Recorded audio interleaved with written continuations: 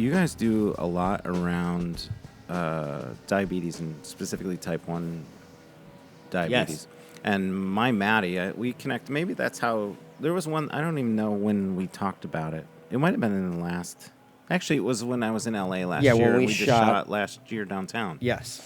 And we didn't do that other than any other reason than it would be fun. I was in town and I said, "Do you want to do some stuff?" And we did it. But you guys had been posting more. You had gotten married, and I noticed that Jill has an insulin pump and some things just BTS, of your life that I've seen on Instagram, and I was like, "Wow, she's got type 1." And then we started talking in the car, and you knew all about pumps and CGMs and all this other stuff,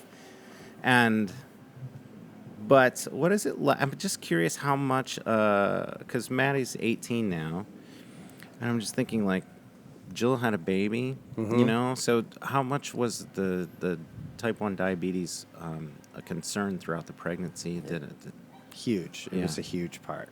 Even before the pregnancy, obviously, knowing very little about what even type 1 is. Yeah. You get this crash course and you realize, oh man, like it's crazy how, first off, type 1 and type 2, so different, shouldn't even be called the same thing, The type That's 1 a real. being an That's a real autoimmune shame. It's a real shame, and because I find myself talking about it and explaining what Maddie has as a type 1 diabetic, and you say diabetic, and 98% of the world just thinks of one type of Right. type 2, and which is like, not at all the same did, disease. did she eat a lot of sugar? Yeah. Did She inactive? Did she She used not to active enough? be heavier or something? Yeah. It's like all these misconceptions. Yeah. Um, Well, I'll tee it up for the audience. Yeah. So it's just type 1 is when the body somehow has an autoimmune reaction. It kills off the insulin-making capability of the pancreas, and now you're insulin dependent, and you have no way, without insulin artificially coming into your body, you have no way to carry and break down carbohydrates and feed your cells carbohydrates. yes. And so that's the bridge of it. So the result of it is many kids are doing 8, 10, 12 shots, 20 shots a day. Some of them are on insulin pumps now, which is a great technology, but also the real shitty thing about that disease is you never get a break from it. As the person, but also as a parent, you have to they have to know a lot about carbohydrates. They have to be able to calculate. You're doing math all the time. They're doing math Yeah. 100% all the time. Okay, I just ate a muffin. Right. All right, that's probably 53 carbs. Yeah. Then giving yourself the appropriate amount of insulin to assimilate into your body 53 carbs of sugar.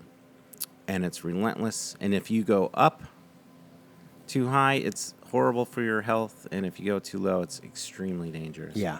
So in that context, that's type 1 diabetes. But for Jill and traveling that pregnancy path, and you got to just talk about getting up to speed. When did you know? I mean, you started dating on our her, first date, she showed me her pump. Yeah. And I was like, cool. Like, because it's like this. Had you heard of it? Did you Yeah, know? my very first show I did when I was 13 as a kid in St. Louis, Missouri was for the Juvenile Diabetes Halloween party. Get Yeah, out of here. very first gig I ever did. So that was like at least very young getting the elevator pitch of what type 1 diabetes Yeah, is. So you had I at kind least of had knew a that. snapshot. A little bit, yeah. And then I didn't know any. Actually, my godmother had type 1 diabetes, and she passed away from breast cancer. But I do remember kind of her with the pen and these injections and everything like that. So I at least knew what it was all about.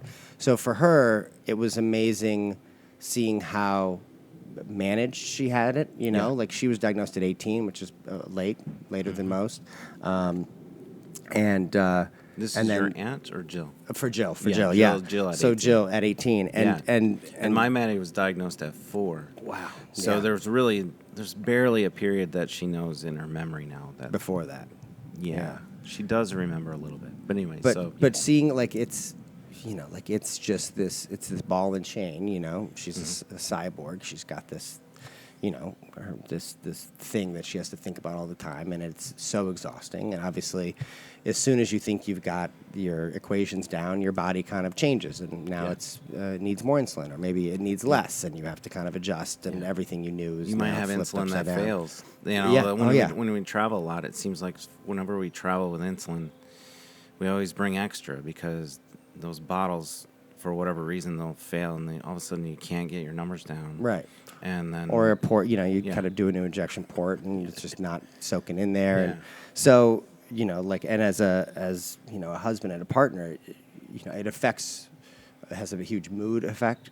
Sometimes if it's too low, or, it took me a while to really understand, like when she says that we need to eat, or I need a snack, you better do it now, because or no one's going to be happy, Right. and trying to be supportive of all those things is a big learning curve, and to understand that there are these. I have a lot of elements. empathy for that because you can't fix it. You're living with it. You're trying to do everything you can for your partner. In my case, my daughter, and you and your wife. But it's a bit of a duck and weave, sort of like, well, what's happening today? And as a guy, you can just get blindsided anyway by marriage and your relationship, and you sometimes just figure out, how am I relating? How are we relating today as a couple? But then if there's this other factor, it can be. You can take a minute to figure out what's going on. It's hard because I can never know how it feels. Yeah. To go low, or to just have to think about this, because I think healthy people so take for granted just eat what you want, and your body kind of adjusts. Right. They're just thinking about, am I gonna gain weight or lose weight? But there's all these extra, just what she has to compute all the time, every day, is insane. And so that's running. So I've learned the best thing I can do is to have empathy and to be of service, and those are the ways that we can kind of connect and bond by doing literally the least that I can do, which is just drop everything and go grab some candy, or go grab some Smarties, or get some juice. Getting pregnant, it automatically made her a high-risk pregnancy. So the good news is that we were able to, we had to go to the doctor once a week. So we're kind of feel very, very well taken care of with our checkups and everything. And carrying a baby changes all the computations. I can't imagine. I'm sure it wreaks havoc on managed diabetes and trying to keep your glucose range within target. And she had to get her A1C down, which is like your 3-month average or 1-month average. You had to get that way down, even just to get the green light that, okay, you can get pregnant now. Really? So, but she got through. I mean, the little dude's like a miracle baby. There were other complications along the way, but I think the fact that we were so on a regular basis with these amazing doctors was nice. Yeah. That's awesome. But that's led to you guys. I don't know if it's anything consistent, but I know there's times you're doing shows for juvenile diabetes and for other entities. But is there something consistently that you're working with, or is it just like, hey, I'll do shows here? And I've hosted a bunch of the galas for JDRF in LA, and want to do more. Like Jill and I both want to do more. She we kind of got involved, and she was doing some mentoring and outreach, because I think the mentoring is really important, because when you're a young kid, a young boy or a girl, like for Jill to be able to mentor a young girl who was recently diagnosed, just so they can see what their future looks like, and then it's not as scary as you think, and that you can do everything you want. And just to vent in that way that you were saying earlier, I don't know what it feels like to have that. So to actually talk to somebody who's having they know they are walking in the same pair of shoes in a sense of with that disease, that mentoring would be massive for sure. And there's all these type 1 diabetes pregnancy support groups on Facebook that Jill is really, really involved with, and I think all of that really helps to feel like you're not alone. This Full Exposure podcast episode has been made possible through the support of Metro Health, University of Michigan Health, and Dr. Peter Hahn, who believe that creativity and the arts are essential to a rich, healthy, and fulfilling life.